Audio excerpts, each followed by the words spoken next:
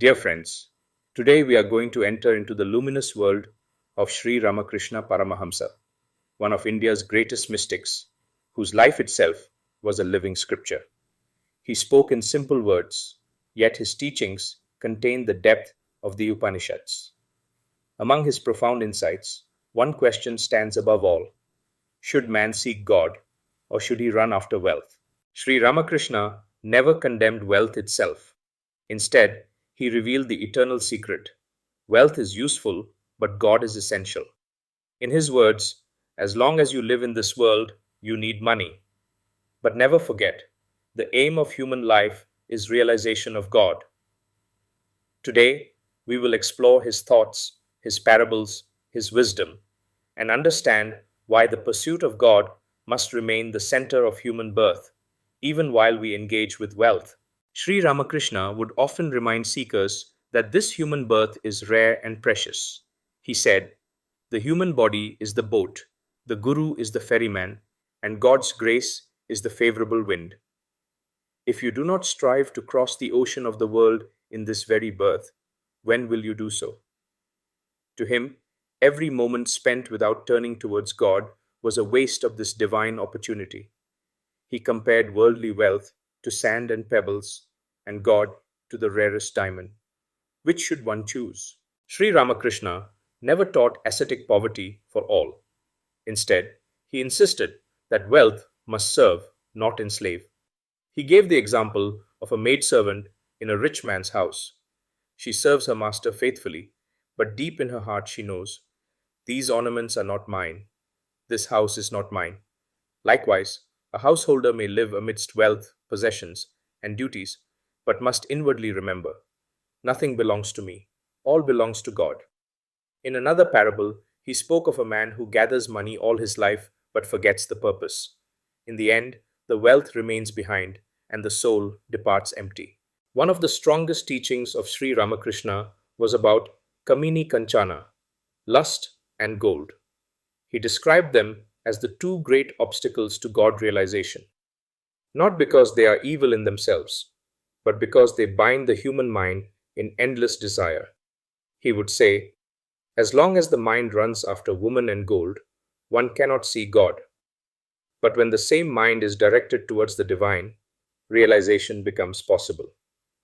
Here, Sri Ramakrishna was not condemning women or condemning wealth. He was pointing to attachment, to craving, to the clinging that blinds man to higher truth. Sri Ramakrishna loved to teach through stories. One day, he told a story of a king who ruled with immense wealth. But at night, the king would weep alone, for he realized none of his riches could grant him peace. Finally, the king renounced his attachment and turned to God, and only then found joy. Another tale was of a miser who hoarded money.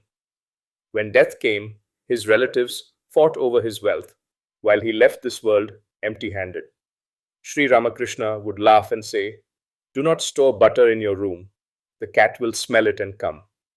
Store the butter of devotion in your heart, for that alone death cannot steal." In the midst of life, man must choose.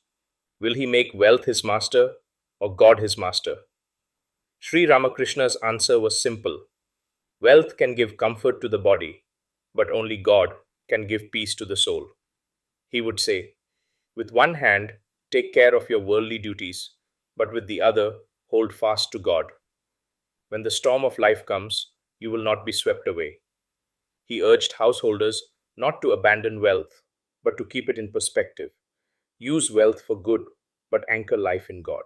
Sri Ramakrishna often praised King Janaka, the philosopher king, who ruled with immense wealth yet remained unattached.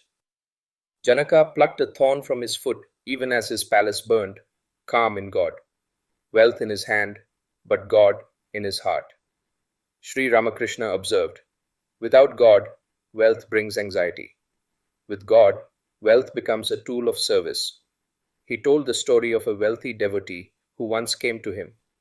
The man wore rich clothes, gold rings, and perfume. But when he bowed before Sri Ramakrishna, the master touched him, and the man fell into deep bliss. Tears flowed from his eyes as he cried, "All my life, I thought my jewels gave me joy. Today I know true wealth is devotion. Sri Ramakrishna explained. Wealth is like water. Keep it at your feet, it helps. Let it rise to your head, it drowns. Friends, Sri Ramakrishna's teachings are timeless. In a world where the pursuit of money dominates human life, his voice still calls us seek God first, and everything else will be added to you. So let us pause and ask ourselves, are we spending this rare human birth chasing coins that vanish or diamonds that last forever? May his words remind us that wealth is for use, but God is for realization. The true treasure is within.